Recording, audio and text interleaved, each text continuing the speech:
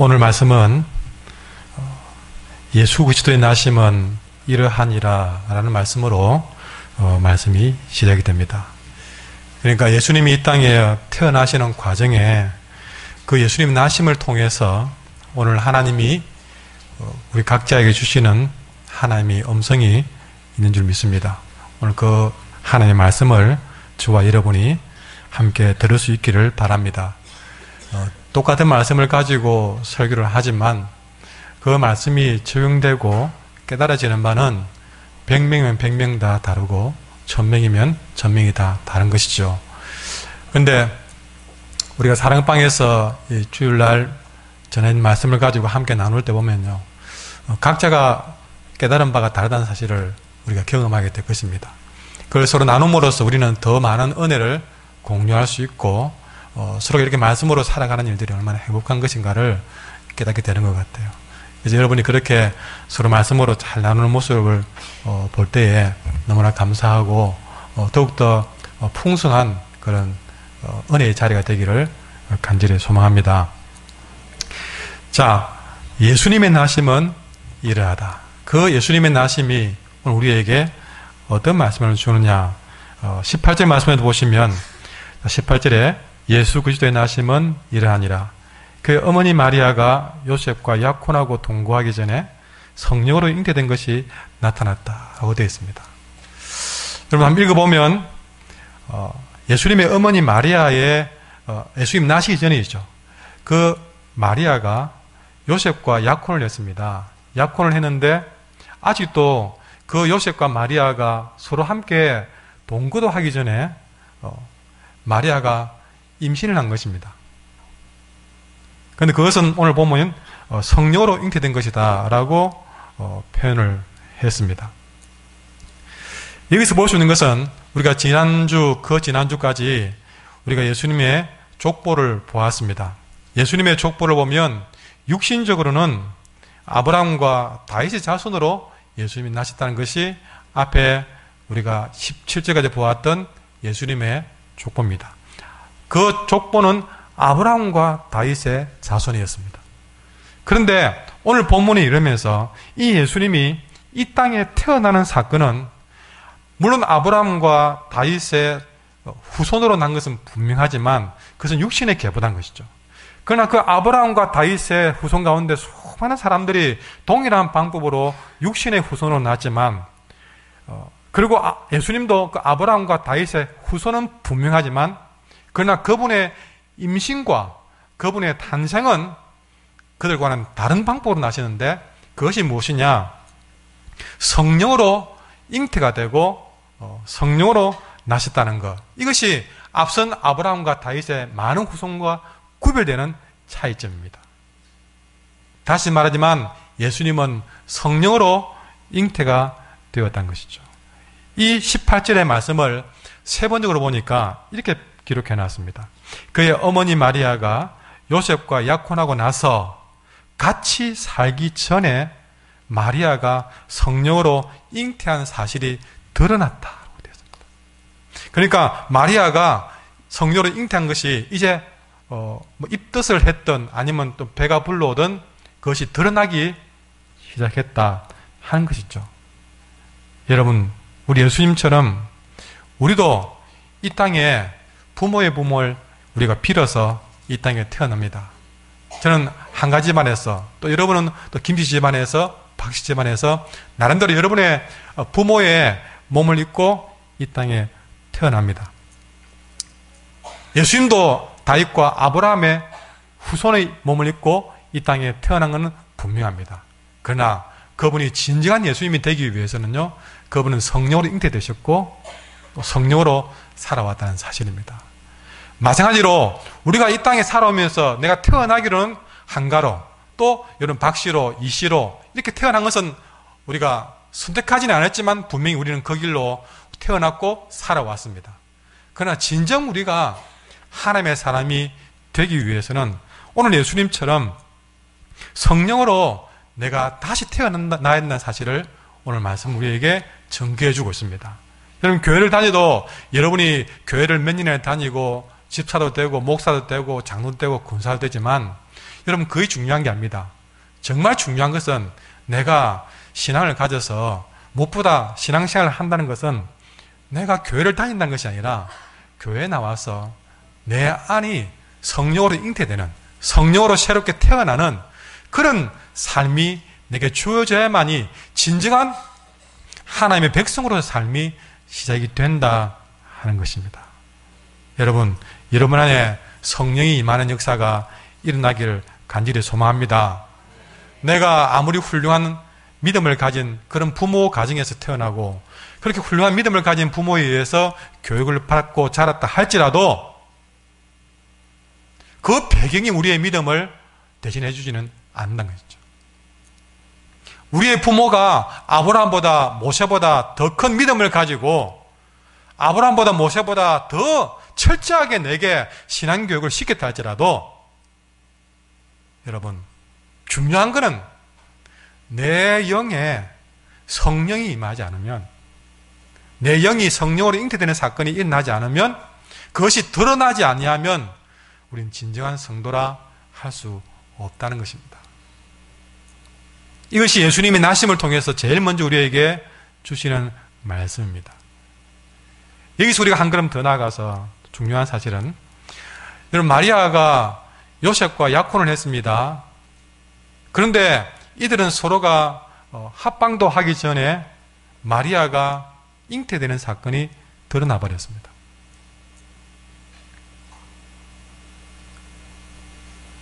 여기서 우리가 볼 수 있는 것은 이것을 우리의 삶 가운데 적용해 본다면요, 여러분 이 마리아와 요셉이 서로가 정혼하고 서로가 결혼식도 올리기 전에 먼저 성령으로 잉태됐다는 사실이죠.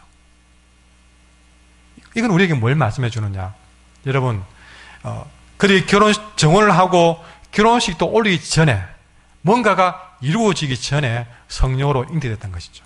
다시 말하면 내 인생에 있어서 뭔가 중요한 일이 결정되기 전에 우리가 먼저 성령으로 충만해져야 된다는 사실입니다. 이건 우리가 그게 무슨 문제냐, 결정해놓고도 성령 충만하게 살면 되지 않느냐, 그렇게 말할 수도 있는 부분입니다. 그러나 오늘 말씀은 우리에게 아니라고 말하면서 내가 뭔가를 선택하고 결정하고 시도하기 전에 먼저 예수님 만나고 먼저 말씀을 깨닫고 먼저 성령으로 충만해지는 것은 우리 인생에 매우 중요한 일이다. 이것은 내 인생에 뭔가 중요한 결정을 내려야 할 그런 위치에 이 말씀을 듣는다면 오늘 여러분은 아주 중요한 이야기를 듣는 것입니다. 여러분이 뭔가를 계획하고 있을지 모릅니다. 결정을 해야 될 때가 아마 도달했을지도 모릅니다. 뭔가를 시도해야 됩니다. 그러나 그 일을 내가 시도하기 전에, 그 일을 도장을 찍고 확증을 짓기 전에 여러분 먼저 내 영이 성령으로 내가 깨어나서 나의 생각이 아니라 성령께서 내게 깨닫게 하시는, 성령님께서 느끼게 하시고 판단케 하시고 보게 하시고 알게 하시는 그 음성을 먼저 우리가 들어야 한다는 얘기죠. 여러분 안에 성령이 표현을 쉽게 하기 위해서 이렇게 표현합니다. 성령이 깨어나지 않고 잠들어 있다면 여러분 그 성령께서 깨어나셔서 여러분의 생각에 관여하시고 여러분의 마음에, 여러분의 의지에, 여러분의 감정에 성령님께서 만지시고 기름 부으셔서 여러분이 그 성령님과의 새로운 만남이 먼저 결정하기 전에 있기를 원합니다. 여러분 살아가면서 우리가 결정해야 될 일들이 많이 있습니다. 여러분 직장에 들어가야 될 경우도 있고요. 지금 또 우리 아이들은 다음 주부터 또 계약을 하게 됩니다. 이제 또 새로운 한 해가 시작되니 이 아이들에게도 이제 한 학년씩 진급이 되면서 중요한 시점에 놓여 있습니다. 때로는 여러분들 중에 사업을 정해야 될 때도 있고, 때로는 내가 배우자를 결정해야 될 때도 있습니다. 내가 이 남자와 이 여자와 내가 평생을 살 수 있을 것인가, 아니면 그냥 친구 하나를 선택할 수도 있습니다. 뭔가 여러분들은 이제 새해를 맞이하면서 뭔가 정하고 결정해야 될 일들이 많이 놓여 있다는 것이죠. 자, 우리는 그런 일을 하기 전에 먼저 내 삶에서 성령님과의 깊은 대화를 나눠보셨습니까? 말씀이 내게 깨닫게 하시는 바에 귀를 기울여 보셨습니까? 주님이라면 그 일을 어떻게 보시겠냐 고민해 보셨습니까? 항상 내 욕심과 내 생각이 앞서가지고 성령이 말하는 것보다 내 생각이 앞서고 말씀이 깨닫게 하는 것보다 내 생각이 내 판단이 더 앞서고 예수님의 의도보다는 내 의도가 더 강하게 드러나 있다가 시도하고 결정한 일은 없습니까? 여러분이 결혼을 하나 하더라도 그저 내 느낌, 내 생각, 내 판단으로 배우자를 선택하고 직장을 선택해도 세상 사람들이 좋아하는 그런 기준에서 직장을 선택하고 여러분, 우리의 생각과 판단은 성령과 상관없이 말씀과 상관없이 지금까지 우리 수많은 결정을 해왔고 시도를 해왔습니다. 그냥 올해는 달랐으면 좋겠습니다. 마리아와 요셉이 그들이 동거도 하기 전에 성령으로 잉태된 사건이 나타난 일은 물론 자세히 보면 엄격히 다른 일이지만 이 말씀을 통해서 우리가 적용해보고 깨닫게 되는 것은 여러분 우리의 삶 가운데 먼저 결정하기 전에 시도하기 전에 말씀이 뭐라 하시는지 예수님이라면 이 일을 어떻게 생각할 것인지 성령께서 내 마음 가운데 무엇을 자꾸만 보게 하시고 깨닫게 하시는지 우리는 거기에 먼저 귀를 기울여서 뭔가를 결정하기 전에 내 인생에 성령으로 잉태되는 사건이 먼저 내게 일어나야 될 줄 믿습니다. 이렇게 성령께서 그의 마리아의 몸에 잉태하신 사건 이후에 그의 남편 요셉은 19절에 보니까 의로운 사람이라서 그를 드러내지 아니하고 가만히 끊고자 했습니다. 여러분, 마리아의 입장에서 힘든 일이지만 요셉의 입장에서도 당혹스럽고 힘든 일이었습니다. 여러분, 아직도 동거도 하지 않았는데 그의 약혼녀가 임신을 했습니다. 참 난처한 일입니다. 여러분, 그 당시만 하더라도 사실은 돌 맞아 죽을 수 있는 그런 상황이 온 것입니다. 여러분 가족 가운데 이렇게 참 남에게 말하기 난처한 그런 일을 혹시나 가지고 계십니까? 아니면 여러분 개인이 그런 일을 갖고 계십니까? 정말 이래 살면 안 되는데 하는 마음으로 마음에 여러분 걸림돌이 되고 계십니까? 지금 요셉과 마리아는 그런 힘든 순간이 왔습니다. 그런데 여러분 바로 그런 상황에서 요셉은 이 일을 드러내지 않고 가만히 끊고자 했습니다. 여러분 이런 일들은 참 말하기가 쉽지 않습니다. 남이 할까 조심스럽습니다. 그래서 안 드러내고 그냥 가만히 이 문제를 정리해버릴까 생각했습니다.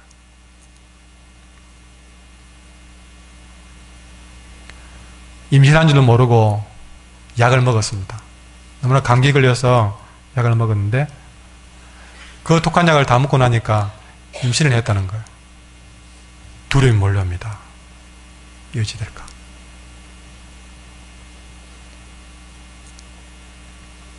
한 가정에서 또 자녀로 인해서 원치 않은 그런 일이 벌어졌습니다. 어떻게 해야 될까? 여러분 그런 심정으로 오늘 말씀을 보면 요셉은 그 일을 드러내지 아니하고 가만히 끊고자 했다. 20절에 보니까 천사가 말하기를 요셉아 마리아 데려오는 것을 무수하지 말라. 이 말을 봐서는 요셉이 굉장히 그 상황을 무수한 것으로 보여집니다. 얼마나 무섭겠습니까? 때로는 그 때문에 자기 사랑하는 마리아가 알려지면 잘못하면 돌에 맞아 죽을 수도 있고 부모가 그 일 때문에 걱정할 일이 하늘이 무너질 것 같고 내가 앞으로 살 일이 이렇게 아주 창창한데 이런 또 하나의 어쩌면 그 순간에는 그에게 오점이라 생각이 들어서 이런저런 일로 생각해보면 잠도 안 오고 무서웠던 것이죠. 그걸 천사가 볼 정도로 요셉은 무서워했습니다. 그때 이 요셉은 그 일을 드러내지 않냐고 가만히 그냥 끊어버리려고 했던 것이죠. 여러분 때로는 그렇게 내가 임신한 아이가 잘못될 수 있다는 생각이 들 때에 해서는 안 될 생각이지만 이렇게 나아서는 안 되겠다는 두려움이 오지 않겠습니까? 그랬을 때에 어쩌면은 드러내지 않냐고 그냥 홀로 끙끙 앓다가 남편은 말도 못하고 혼자 끙끙 앓다가 그냥 조용히 병원에 가서 표현도 하기 어렵지만 아기를 꺼내야 되겠다 하는 그런 고민도 그 사람에게 오지 않겠습니까? 그와 유사한 일들을 우리는 생각해 볼 수 있습니다. 지금 그런 심정으로 지금 요셉은 가만히 끊고자 했던 사실이죠. 여러분, 분명히 요셉에게는 힘든 일이 분명합니다. 성녀로 잉태됐다고 이야기해봐야 아무도 알아줄 사람이 없습니다. 지금도 사람들이 쉽게 안 알아주는데 어떻게 내 아내는 성녀로 잉태되었습니다라고 말을 해서 아 그렇나 잘 됐네 그럴 사람이 누가 있겠습니까? 아무도 알아주지 않을 그 일을 요셉은 감당하기가 너무나 무서웠던 것이죠. 혹시나 여러분들 남에게 말하지 못할 이 요셉처럼 무서워할 그런 일들이 여러분에게 있을지 모르겠습니다. 여러분 더욱더 그러면 귀를 기울여서 주님이 여러분에게 주는 말씀을 들었으면 좋겠습니다. 그러나 한 가지 분명한 사실은 이 요셉이 아무리 무섭게 여겼더라도 이 성녀로 잉태된 사건은 요셉을 망하게 하려고 한 사건이 아니었다는 사실입니다. 그 사건은 요셉이 아무리 무서워서 그것을 가만히 끄고자 했던 사건이라 할지라도 알고 보면 예수님이 오시는 어마어마한 사건이었다는 사실이죠. 그 사건을 잘 해결해야만이 그를 통해서 예수님이 오게 되는 사건이 된다는 것을 우리는 오늘 말씀을 통해서 기억하셔야 된다는 사실입니다. 성녀로 잉태된 사건은 요셉의 입장에서는 무서운 일이었습니다.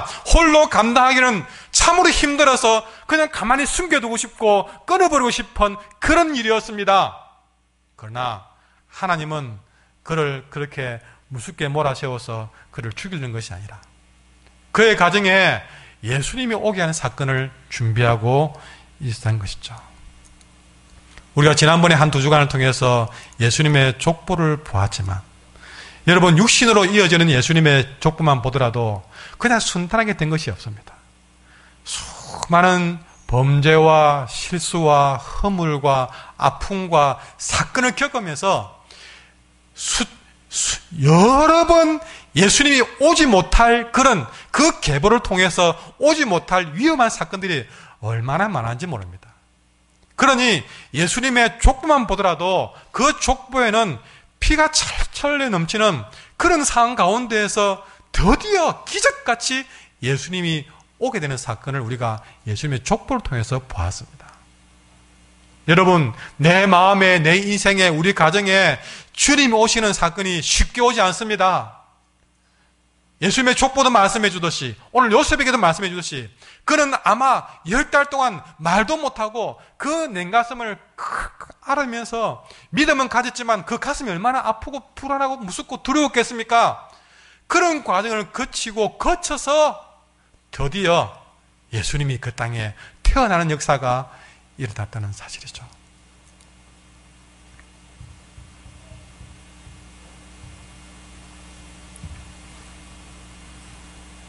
때론 요셉이 기가 죽어서 10달 동안 그 성령이 잉태된 사건에 의해서 무서워 떨면서 긴장해 살았던 그 일이 아마 그를 그렇게 한동안은 그는 아마 그 기간 동안에는 아마 별 말도 못하고 그냥 조용히 지냈을 것 같아요. 여러분, 하나님이 나의 인생을 그렇게 티끌같이 그렇게 안개같이 그렇게 나를 주저앉힐 순간들이 많습니다. 어떤 사건을 통해서 주저앉힌다는 것이죠.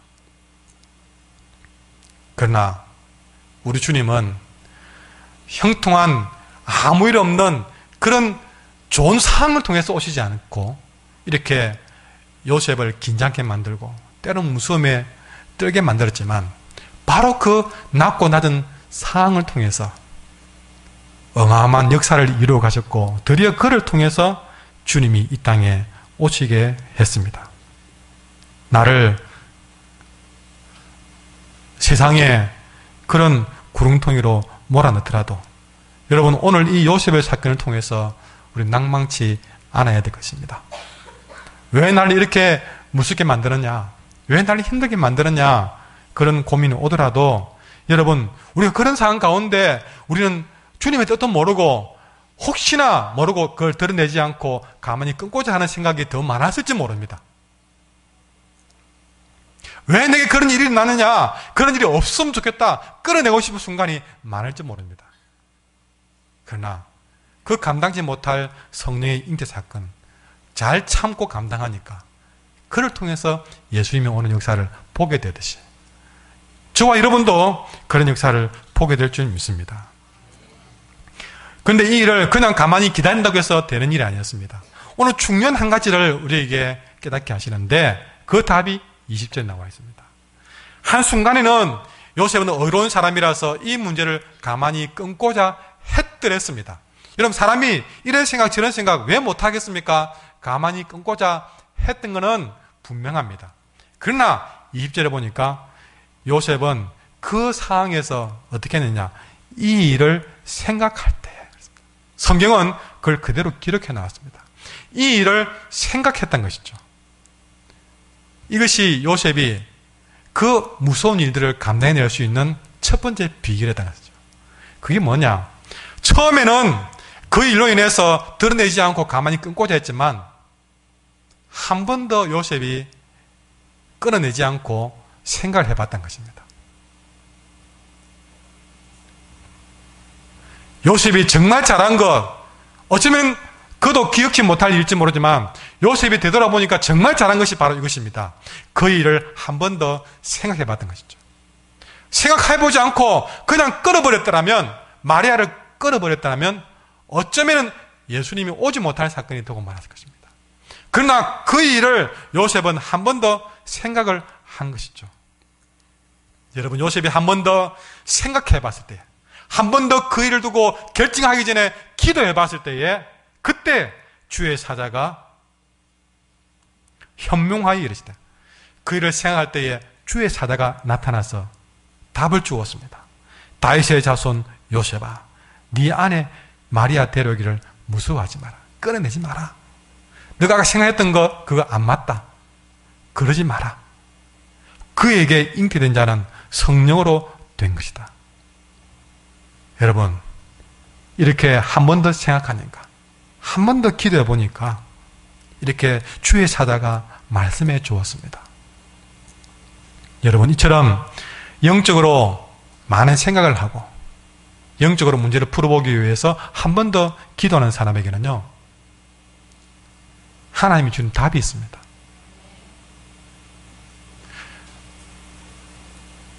앞선 부분에서는 우리가 생각을 끊어버려야 되겠다 이런 생각을 했는데 한 번 더 생각해보고 기도해보니까 다른 답이 생겼습니다.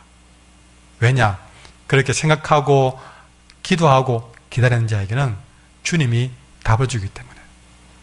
그전에는 무서웠는데 주님이 한 번 더 생각하고 기도하니까 답을 주니까 요셉의 마음에 무서움이 사라지고 평강이 찾아왔습니다.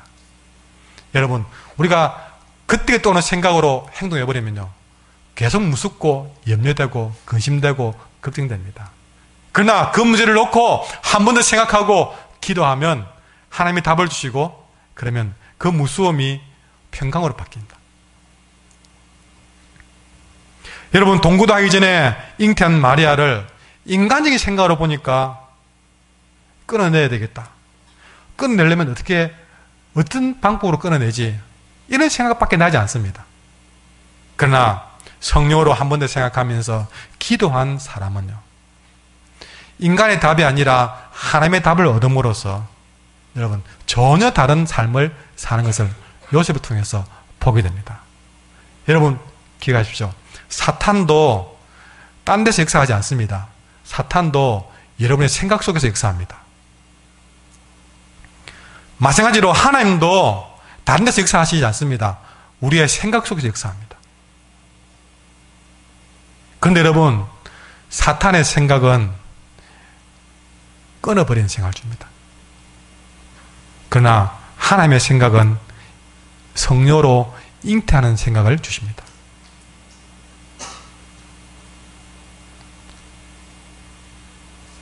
이만하면 됐다 생각하지 마시고, 항상 우리는요, 여러분 달리기를 진력 질주하는 사람들 보니까 100m를 달리는 사람들은 100m를 목표로 하지 않고 제가 듣기로는 110m, 120m를 목표로 두고 달려야만이 기록이 나온다 하더라고요. 여러분, 우리가 항상 생각할 때에 분명히 내 생각 속에는 사탄이 주는 생각도 있고 하나님 주는 생각도 있습니다. 그러나 그것을 가지고 한 번 더 생각하면서 한 번 더 기도하며 나가면 사탄의 생각보다는 하나님의 음성을 더 크게 들을 줄 믿습니다. 바울은 말했습니다. 오호라 공고한 자라, 내 안에 두 가지 생각이 있다고 그랬습니다. 그 두 가지 생각이 늘 존재하지만 그 생각 가운데 하나님이 생각하는 그 음성을 듣기 위한다면 요셉처럼 한 번 더 생각했기 때문에 그는 마리아를 끊어버리지 않고 성령으로 잉태된 사실을 믿고 감당하는 사람으로 바뀌었다는 사실을, 이것을 기억하시기 바랍니다. 여러분, 이 요셉이 한 번 더 생각한 것이 그래 볼 때에 아무것도 아닌 것에도 그가 생각을 한 번 더 했기 때문에 예수님이 이 땅에 오시게 된 줄 믿습니다. 요셉이 그렇게 한 번 더 생각한 것 때문에 인류 역사에 구원이 이루어진 줄 믿습니다. 요셉이 한 번 더 생각했기 때문에 이 온산에 있는 저와 여러분, 이 시간 예배를 드리는 저와 여러분에게까지도 복음이 오게 된 줄 믿습니다.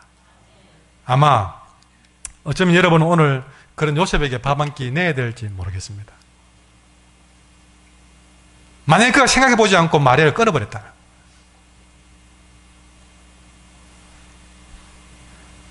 여러분, 우리에게 그렇게 끊어버리고자 하는 생각을 중단케 만들고 성령으로 잉태되는 사실을 알게 만든 그 하나님은요, 너무나도 그분의 생각과 뜻은 우리가 상상치 못할 만큼 크고 놀라운 생각을 갖고 계십니다. 여러분, 우리 하나님의 생각, 하나님의 뜻이 왜 그리 크고 놀라우냐?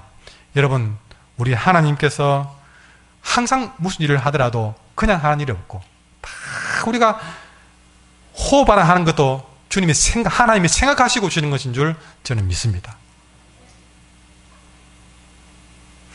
다시 말해서 마리아가 남자도 알기 전에 성령으로 잉태된 사건은 하나님이 하신 일입니다. 다시 말해서 하나님이 생각해서 하신 행동이라는 그 이야기입니다. 요셉만 생각한 것이 아니라 하나님은 요셉보다 수천 수만 번도 더 많이 생각하고 마리아가 성령으로 잉태케 했다는 사실이죠. 아무나 집어서 너 잉태해 한 것이 아니라는 사실입니다.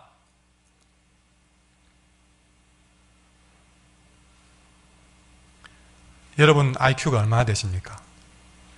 아무리 IQ가 좋아도 200 넘는 분은 없을 겁니다.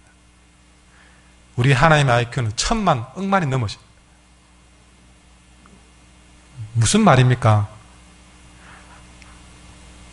하나님이 뭘 몰라가지고 처녀 마리아의 배에 잉태한 것이, 시킨 것이 아니라는 사실이죠. 하나님이 잘못 봐가지고 여러분에게 사건을 준 것이 아니라는 것입니다. 하나님이 여러분의 하는 일을 모르고 있다가 하나님이 여러분을 안 봐줘서 부모가 아이들을 안 챙겨서 사고 나듯이 하나님이 여러분을 안 챙겨서 여러분이 사고 난 것이 아니란 것입니다.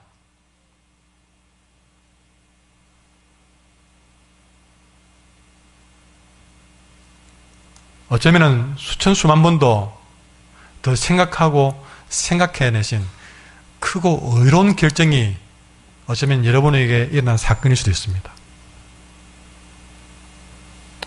우리는 생각할 때 어떻게 하나님이 이럴 수 있는가 생각할지 모르지만 여러분, 오늘 말씀을 통해 보면요, 마리아가 처녀의 몸으로 잉태되는 것이 하나님이 생각한 일이었다면 지금 내가 이해하지 못할 우리보다 훨씬 더 높은 생각으로 판단하신 그분이 생각하신 바로 그 사건, 우리는 이해하지 못할 사건이지만 주님은 생각해서 의로운 마음으로 내린 결정이라고 믿습니다. 좋은 일이라면 그것이 여러분이 아멘으로 받아지는데 너무나 고통스러운 일이라면 그 쉽게 받아들이기 힘들 겁니다. 그러나 다시 말하지만 우리는 그렇게 내게 그 사건을 만나게 하신 하나님 뜻은 우리는 이해할 수가 없습니다. 왜 내게 그런 고통을 주었는지, 왜 사건을 주었는지 우리는 그분의 생각을 설명을 들어도 이해할 수가 없습니다. 다만 하나님이 내게 그 사건을 주었다면 수천 수만 번도 생각하고 내린 것이라면 우리 믿음으로 그 사건을 끌어내지 말고 받아줄 수밖에 없다는 것입니다. 여러분, 때로는 여러분 남편이 여러분을 배신했습니까? 이해가 안 됩니다. 어떻게 나를 사랑하고 한다고 말했던 그 남편이 나를 그렇게 배신할 수 있어요? 그러나 내가 믿음으로 살려고 하는데도 불구하고 그런 일이 일어났다. 그 남편에게는 답을 못 찾겠지만 하나님께 보면 하나님이 내가 그렇게 남편이 배신하는 그 사건을 왜 주셨을까? 분명히 하나님은 생각하셔서 이유가 있었어. 의로운 결정으로 내게 그 일을 허락하신 것이다. 내가 왜 이렇게 말도 안 되게 건강관리 잘했고 몸 관리를 잘했는데 왜 이렇게 질병이 왔을까? 하나님 왜 그랬습니까? 이해가 안 됩니다. 하나님이 생각하고 내린 결정이라면 여러분 그것도 우리는 끌어내기보다는 받아들여야 될 것입니다. 여러분 중요한 사실은요. 이 일을 생각했을 때 한 번 더 요셉에 생각해 봤을 때에 그때 하나님은 어떻게 그에게 위로를 주시느냐. 여러분 본문에 보시면요. 20절에 다윗의 자손 요셉아라고 부릅니다. 그렇게 무서워 떨고 있는 요셉에게 나타나서 한 번 더 생각하고 있는 요셉에게 하나님 주신 답은 요셉의 신분이 다윗의 자손임을 알려주고 있습니다. 그리고 그를 요셉아라고 그 이름을 불러주고 있다는 사실이죠. 여러분 대통령이 그의 이름을 불러줘도 좋다고 선생님이 학생에게 누구야 불러주면 선생님이 내 이름을 그렇게 정답게 불러줬다고 좋아합니다. 그러나 여러분 지금 무서워 떨고 있는 요셉을 하나님이 직접 요셉아라고 불러주고 있습니다. 왜 그랬을까요? 그가 한 번 더 생각하고 기도할 때 하나님이 그런 식으로 위로해 주신 것이죠. 어떤 사건을 만나 무서워 떨고 이 일에 이해가 안 되지만 하나님 기도하고 있는 여러분들에게 눈물을 흘리면서 하나님 내가 왜 이런 일을 당했는지 이해가 안 돼요. 그렇게 한 번 더 기도하고 있을 때 주님 찾아오셔서 너는 그럼에도 하나님의 자녀다. 너가 그 일을 당해도 너는 내 자녀야. 그러면서 여러분 이름을 정말 긍휼한 마음으로 자비로운 마음으로 누구야? 라고 불러줄 줄 믿습니다. 그러면서 하시는 말씀이 그거는 너를 죽이려고 하는 것이 아니라 그것은 너가 지금 그 일 때문에 너는 성령으로 잉태된 사건이다. 너의 그 사건은 성령으로 잉태되는 사건이다. 그러니 네 안에 데려오기를 두려워하지 말라. 다시 말해서 그 사건, 그 사고, 그 일 너가 품고 있기를 두려워하지 말라 그럽니다. 절대 그 사건은 너를 망하게 하지 않을 것이다. 아니 그 사건은 너를 성령으로 다시 태어나게 하는 사건이고 그 사건을 통해서 예수님이 너에게 다가오려고 한다. 그러니 너는 그 사건을 무서워하지 말라 그럽니다. 내가 왜 그런 일을 당했는가 답을 몰라도 주님이 그렇게 위로하심으로써 우리를 견뎌내게 하시는 것이죠. 요셉에게 이런 사건을 일어난 것을 볼 때에 여러분 또 하나 깨닫게 하시는 것은 믿는 가정이라고 기도하는 가정이라고 문제가 없는 것이 아니라고 말씀해 주고 있습니다. 내가 늘 말씀으로 살려고 하고 믿음으로 살려고 하고 기도하는데 일이 벌어지면요 그때마다 원망이 됩니다. 내가 하나님 기도하는데 왜 이런 일이 벌어집니까? 여러분 요셉을 보면 우리 원망이 사라질 것입니다. 요셉은 다 의로운 자라고 인정된 사람이었는데 그가 감당치 못할 일이 벌어진 것처럼 여러분 믿음으로 살아가도 어떤 일은 찾아오게 되어 있습니다. 그 일은 우리가 때로는 막장같이 말도 안 되는 그런 막장처럼 이해 안 되는 일들도 찾아올 수가 있습니다. 그러니 세상에서 말도 안 되는 막장이라 말한 그런 일들이 남의 얘기가 아니라 우리들에게도 언제나 찾아올 수 있는 일로 보셔야 됩니다. 믿는 집안에도 기도하는 집안에도 충분히 일어날 수 있다는 사실이죠. 그런데 여러분 그런 일이 일어날 때마다 어떻습니까? 사람들이 교회 잘 다니는데 예수 믿더니 그 모양이야. 우리 그게 두려울 때 있습니다. 왜 그렇게 교회 잘 다니는데 그런 일이 벌어져? 사람들이 자꾸 그렇게 보는 것처럼 느낄 때가 있습니다. 나는 잘하는데 우리 자녀 중에 하나가 참 말하기도 힘들 기상천외한 일들을 가지고 일을 저질러 왔단 말이죠. 창피해서 살 수가 없습니다. 말할 수가 없습니다. 누가 알면 분명히 사람들은 예수 믿는 가정에서 왜 그래? 라는 말이 나올지 모르는 그런 상황이 왔을 때, 때로 믿지 않은 가정에 시집 가가지고 믿음으로 살아보려고 온갖 구박 받으면서 사는데, 떡하니까 내 남편이 좀 신앙생활 잘했으면 일도 평통해야 되는데 갑자기 직장이 잘려버렸어요. 내 아이는 그냥 진급도 못 해버렸어요. 뭔가 자꾸 일이 안 돼버립니다. 그러면 믿지 않은 시댁에서 믿는다는 말도 하기가 부끄러울 때가 있습니다. 좀 잘 되어야 말도 하겠는데 오히려 그들보다 안 될 일들이 더 많아지면 참 난감해 버리죠.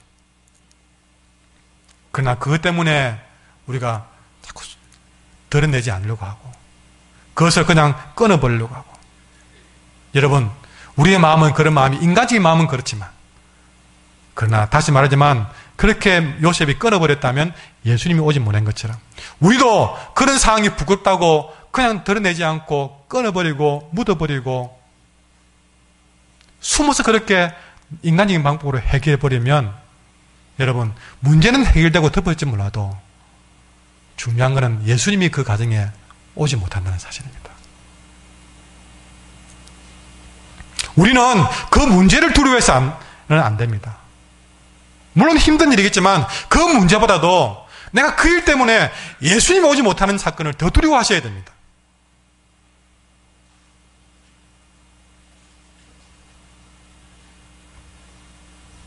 그러나 그 모든 순간 요셉이 한 번 더 생각함으로 인해서, 그래서 그 두려움을 이겨내므로 인해서 성령으로 잉태되는 사건이 벌어졌고 그 가정에 예수님이 오는 사건이 벌어졌습니다. 그러니 하나님을 믿는 저와 여러분에게는 그 어떤 두려운 일도, 그 어떤 수치스러운 일도 내게는 오히려 그 사건이, 그 두려운 사건이, 그 부끄러운 사건이 오히려 내게 역전이 되어서 내가 성령으로 충만케 하는 사건으로, 그 사건이 내가 예수님이 더 오게 만든 사건으로 바꾸어 가야 될 줄 믿습니다. 분명히 그 순간에는 사람들이 예수 믿더니 그 모양이라는 소리를 들을지도 모릅니다. 그러나 그 말이 두려워서 우리가 끊어버리고 숨기고 덮는 것이 아니라, 그 말을 듣더라도 우리가 기도하면서 오히려 그 사건을 성령이 역사하는 사건으로, 주님 오는 사건으로 만들어만 간다면 나중에는 그 수치가 변하여 합력하여 선을 이루는 사건으로 우리 주님이 만들어 갈 줄 믿습니다. 여러분, 21절에 보시면 아들을 낳으리니 그 이름을 예수라고 했습니다. 이는 그가 자기 백성들 그들의 죄에서 구원할 자라고 말씀하고 있습니다. 여러분, 요셉만 그 길을 걸은 것이 아니라 예수님도, 여러분, 그분은 어떤 분이십니까? 천지를 창조하신 하나님이십니다. 그 하나님이 10달 동안 여성의 자궁 속으로 들어왔다는 사실을 우리는 가볍게 봐서는 안 됩니다. 요셉만 참고 견딘 것이 아니라 천지를 창조하신 창조주가 한 여인의 속으로 들어와서 그 캄캄한 자궁 속에서 10달을 견뎌내셨다는 사실입니다. 만물의 주인 되신 예수님께서 깜깜한 그런 여인의 몸속에서 10달을 사셨다는 것이죠. 여러분, 우리 인생이 위기를 만나서, 때론 두려운 일을 만나서, 때론 부끄러운 일을 만나서 그렇게 내 마음이 그렇게 좁혀져 있고 가두어져 있다 할지라도, 여러분, 주님은 바로 거기에 찾아오시는 분인 줄 믿습니다. 마리아의 몸에 잉태되신 것처럼, 여러분, 우리가 수치스러운 일을 당했어도 아무리 무슨 일을 당했어도 주님은 그 캄캄한 우리 집안에, 아무런 답도 없는 우리 집안에 찾아오셨고, 아무런 답도 없는 내 인생의 가슴 속에 천지를 창조하신 그분이 내 인생의 그 더럽고 추악한 그 내 자신도 드러내기 싫은 그 인생 가운데 찾아오실 분이십니다. 그때 우리는 내가 참고 견디는 줄 알았지만 오히려 그분이 내게 그 수치의 중심에 들어오셔서 그분은 그 10달 동안 그 깜깜한 내 인생 속에 들어와서 그 일과 함께 한다는 사실입니다. 아마 그분은 그럴 겁니다. 우리가 아파할 때에 내가 그렇게 아프냐? 나도 아프다. 내가 그렇게 힘들어할 때에 너 그렇게 힘들지? 나도 힘들어. 우리는 그 깜깜한 순간을 못 견디면서 나는 이렇게 못 살아 하고 우리는 떨쳐버리는 순간이 한두 번이 아닙니다. 내가 왜 이런 일을 당해야만 되는데, 내가 얼마나 열심히 살았는데, 그러면서 우리는 그 깜깜한 순간을 못 견뎌 하지만, 여러분, 그 깜깜한 순간 길어봐야 10달이었습니다.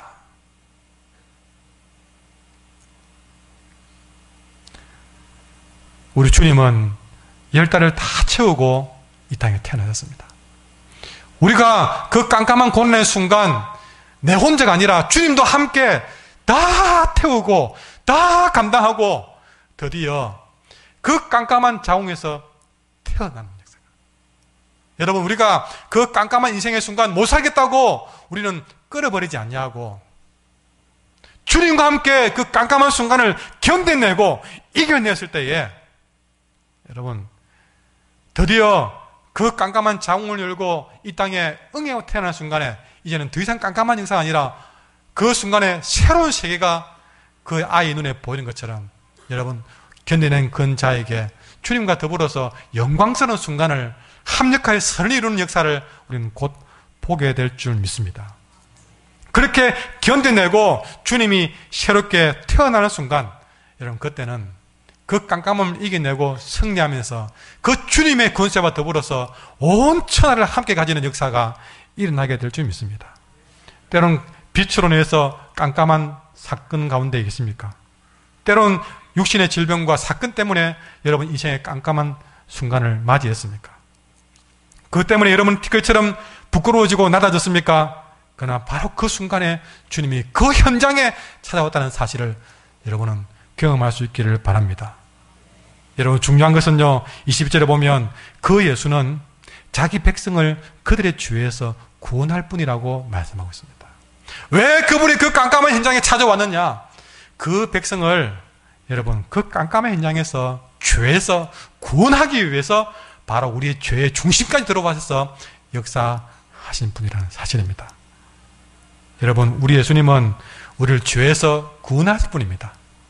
내가 어떤 수치스러운 일을 당했다 할지라도 그 현장에 오신 이유는 나를 그 수치스러운 사건으로부터 구원하기 위해서 찾아오신 것입니다. 여러분, 그러므로 우리가 먼저 그 주님을 만나 뵙기 전에 우리가 거쳐야 될 단계는요, 먼저 자기 죄를 깨달아야 되는 것이죠. 요셉이 아내가 잉태한 문제로 해서 무서운 사실에 직면한 것처럼, 여러분, 거기에 아무런 답도 얻지 못하는 요셉처럼, 여러분, 우리는 내가 하나님 앞에서 내가 죄를 지어서도 그 죄를 해결하지 못할, 아무런 답도 가지지 못한 죄인임을 우리는 직면하시고 고백하셔야 됩니다. 그러니 무엇보다 우리는 나의 죄인됨을 인정하셔야 됩니다. 우리가 이런 말씀을 들어도 여러분은 이런 설교를 들을 때마다 좋은 말씀이야, 은혜로운 말씀이야, 그런 생각을 하는데 그 말씀이 내게 준 말씀이라는 생각을 잘 안 가진 것이죠. 여러분, 항상 말씀을 들을 때마다 항상 자기 자신의 죄를 철저히 보셔야 됩니다. 여러분은 여기서 좋은 말 들으려고 말씀 듣는 게 아닙니다.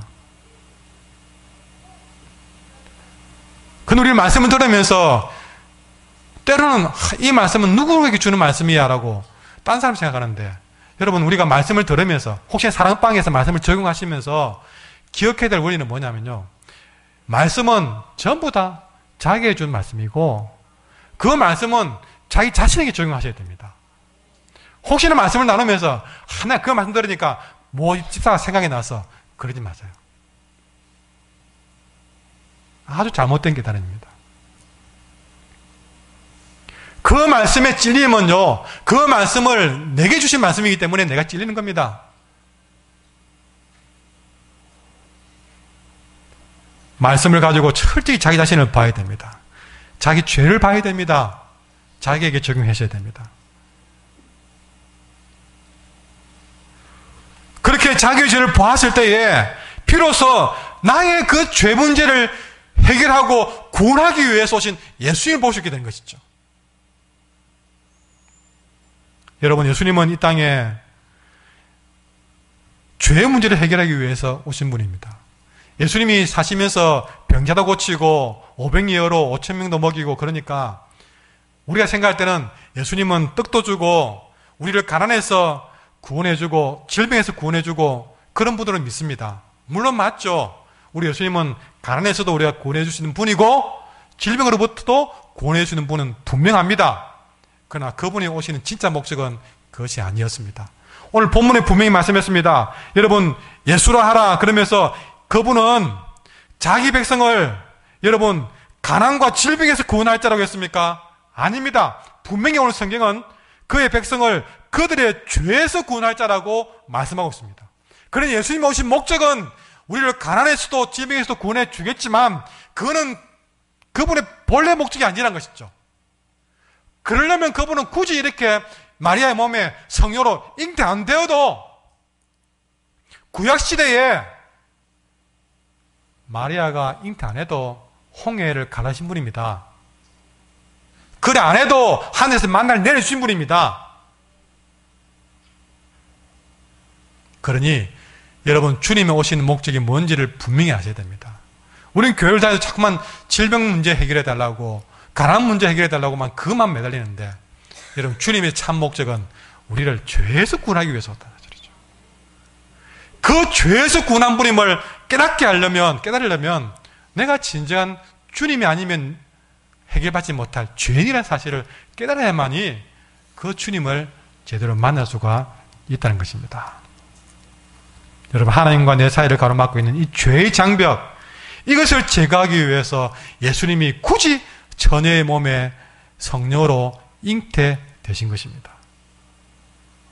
그분이 왜 그렇게 돌팔매질을 당하면서 십자가를 지느냐? 우리의 질병이나 가난 문제 해결해 주기 위해서 그런 일을 당하셨느냐? 아니죠. 그분이 십자가에서 왜 다 이뤘다고 말씀하셨느냐? 왜 그가 철저히 하나님 아버지께 버림을 당했느냐? 우리를 철저히 죄에서 구원해 주기 위해서 그 일을 당하신 것입니다. 여러분이 예수를 믿으면서 어떤 것에서부터 구원받기를 원하십니까? 아직도 여러분은 가난과 질병에서 구원받기 위해서 그렇게 주님을 찾으십니까? 물론 그런 일도 찾아야 되겠지만 더 근본적인 묻지만 내가 죄인임을 심각하게 깨닫고 정말 이 죄 문제가 주님 앞에서 해결되기를 간절히 소망하면서 주님 앞에 나가시기를 간절히 소망합니다. 이 말씀에 더 나아가서 22절에 보니까 이 모든 일이 된 것은 주께서 선지자로 하신 말씀을 이루려 하심이라고 우리에게 주고 있습니다.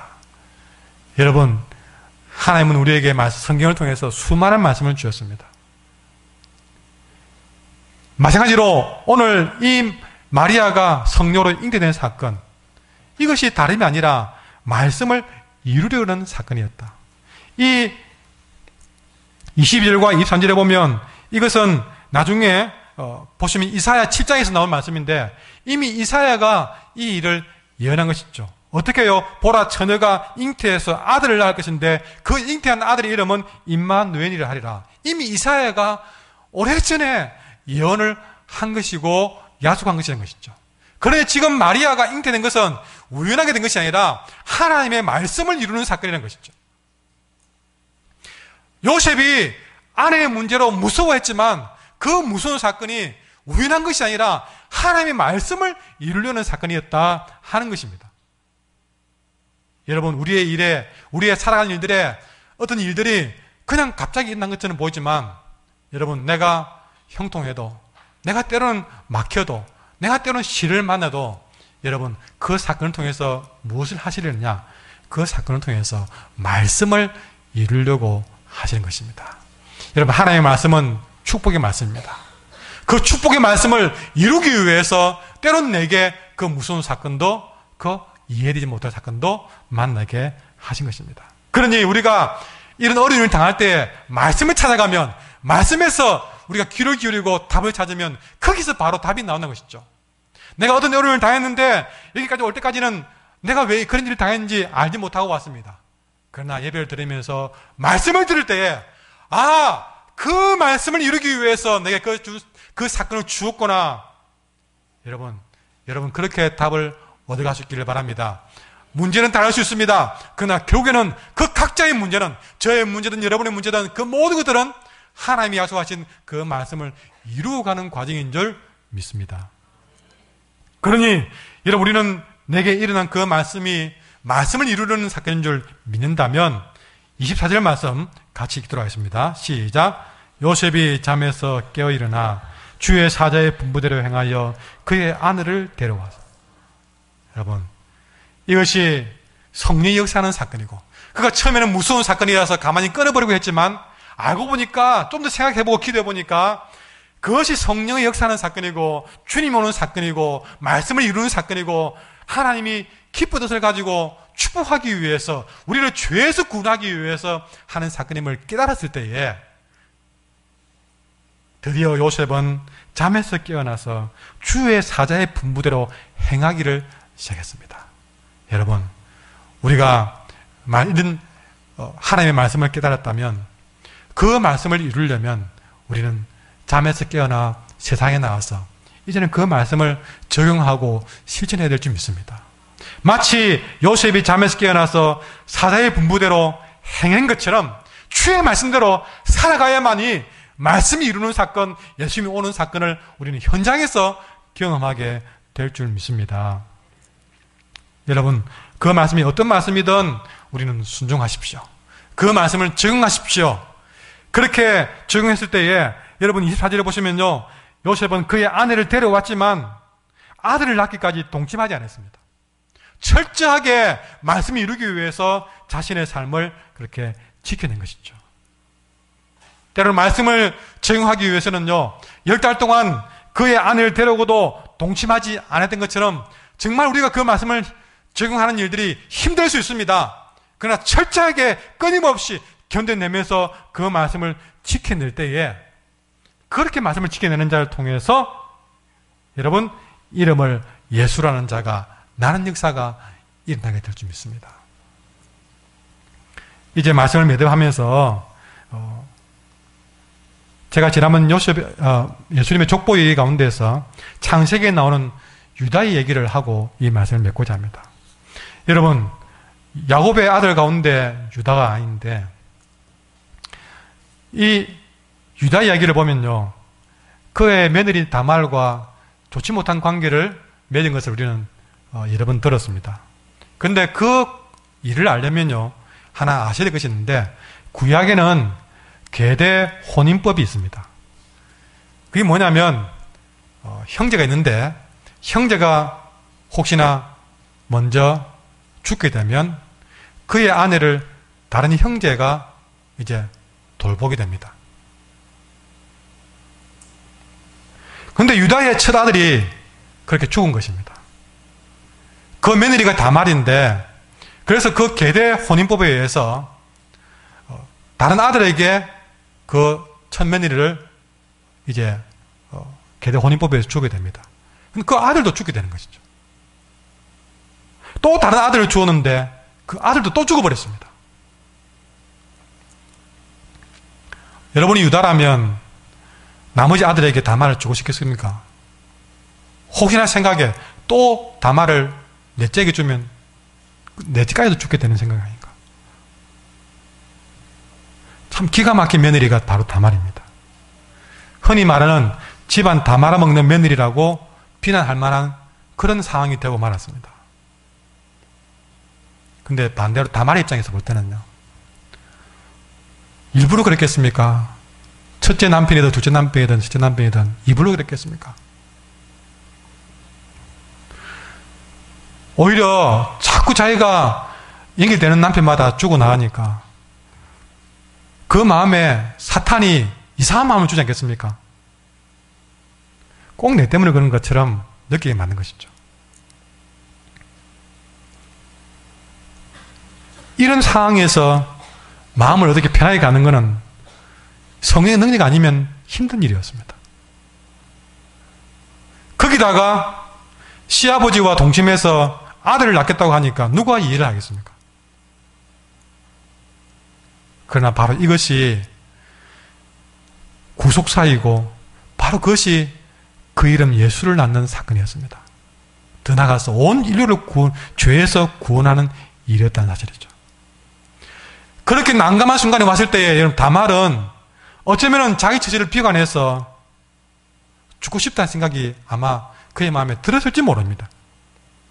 그러나 그는 그런 생각을 수천 번도 해봤겠지만 그럴수록 그는 자기 목숨을 끊으려고 하지 않고 오히려 자기가 시아버지의 동침을 통해서라도 아들을 낳아야 되겠다는, 그래서 예수님의 집안을 살려야 되겠다는 생각을 하게 됐다는 사실이죠. 죽겠다는 생각이 여러 번 들었지만 한 번을 생각하면서 내가 이렇게 죽을 수는 없어. 너무 그런 비참하다. 비록 다른 사람들이 이해하지 못할 일을 할지라도 시아버지와 동침을 했으라도 새로운 아들을 통해서 그 대를 이어가고자 했던 그런 다말의 또 다른 생각을 우리는 여기서 보셔야 되는 사실입니다. 놀라운 사실은 성경을 있는 그대로 그것을 표현해놓고 있습니다. 다말은 자기 스스로를 비관해서 죽으려 하지 않고 예수님의 집안을 살리는 결정을 했습니다. 누구도 이해 못할 그 일을 결정함으로써 드디어 그는 예수님의 계보를 잇는 다말이 되고 말았습니다. 그는 그 앞에 남편을 셋이나 잃었고, 그래서 그 때문에 때로는 불쌍하고 천하하고 때로는 수치스럽고 때로는 어려운 일을 받을 뻔했는데 그 일을 가지고 낭망하지 않냐고 오히려 그런 마음으로 받아들였을 때에 그는 결국에는 예수님의 집안을 살리는 사람으로 그 인생이 바뀌고 말던 사실이죠.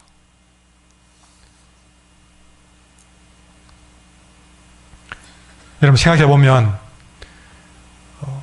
우리가 뭔데 내 마음대로 내 인생을 결정하고 내 목숨을 끊고 내 마음대로 우리가 자녀를 버리고 남편을 버리고 부인을 버리고, 여러분 내가 생각할 때는 그것이 아니라고 낙태를 해버리고 우리가 뭔데 그런 일을 결정할 수 있겠습니까? 알고 보면 그것이 비록 수치스럽고 힘든 일이었지만 다말처럼 요셉처럼 그것을 새로운 마음으로 기도해보면 그는 분명히 나를 부끄럽게 만든 것이 아니라 성령으로 잉태있게 만드는 사건으로 만들어 갈 수 있는 분인데 그 사건을 통해서 예수님이 나는 사건으로 만들어 갈 수 있는 하나님이 계신데 왜 내 마음대로 그걸 결정해버리냐는 것이죠.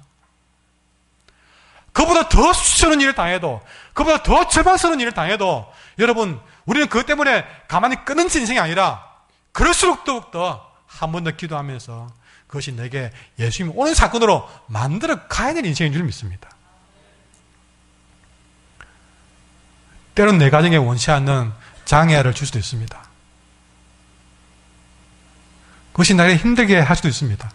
그러나 그 아이는 하나님이 내게 내 가정에 성령을 충만케 하기 위한 도구로 보내주신 것이고, 그 아이는 그 아이로 인해서 예수님이 오는 사건이 된 것이고, 그 사건을 통해서 나만이 아니라 또 더 많은 사람들을 살리는 일로 쓰시고자 하나님이 하시는 사건입니다. 어떤 분도 나를 불행케 하는 사건, 나를 죽이려는 사건, 나를 무너뜨리는 사건은 없다는 사실을 저 창세기에 다말도 얘기에 말해주고 있고 요셉도 말하고 있고, 오늘 저와 여러분은 그것을 붙들어야 좀 있습니다. 사탄은 자꾸만 우리에게 너는 왜 그런 일 당했어라고 참수할지 모르지만 성령은 아니야, 그 사건은 합력하여 선을 이루는 사건이야, 말씀을 통해서 우리를 다시 이렇게 세우고 있다는 사실을 여러분은 기억해야 될 줄 믿습니다. 우리가 그 음성을 듣지 못하고 사탄의 소리만 듣고 가만히 묻어버리고 끊어버리려고 하면 예수님이 날 수가 없습니다. 다말처럼 마리아처럼 요셉처럼 우리도 여러분 주의 말씀 붙들고 다시 일어나야 될 줄 믿습니다. 그 순간이 10달이 되든 10년이 되든 하나님이 허락하신 그 달을 견뎌내시면 분명히 예수님이 날 줄 믿습니다. 그리고 나와 내 가정과 온 세상을 구원하는 역사를 이룰 줄 믿습니다. 오늘 말씀을 생각하시면서 기도하시겠습니다. 제가 기도드리겠습니다. 하나님, 우리